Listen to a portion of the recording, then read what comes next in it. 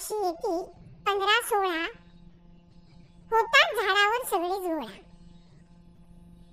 गणित शिकवी आणून खडे सारेच पक्षी मुळमुळ रडे.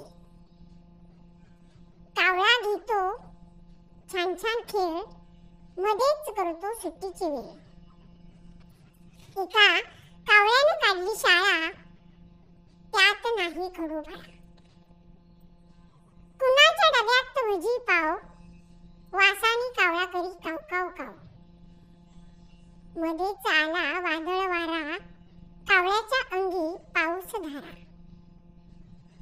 पक्षी करती गारा गोळा बिचारा कावळ्याची मोडते शाळा.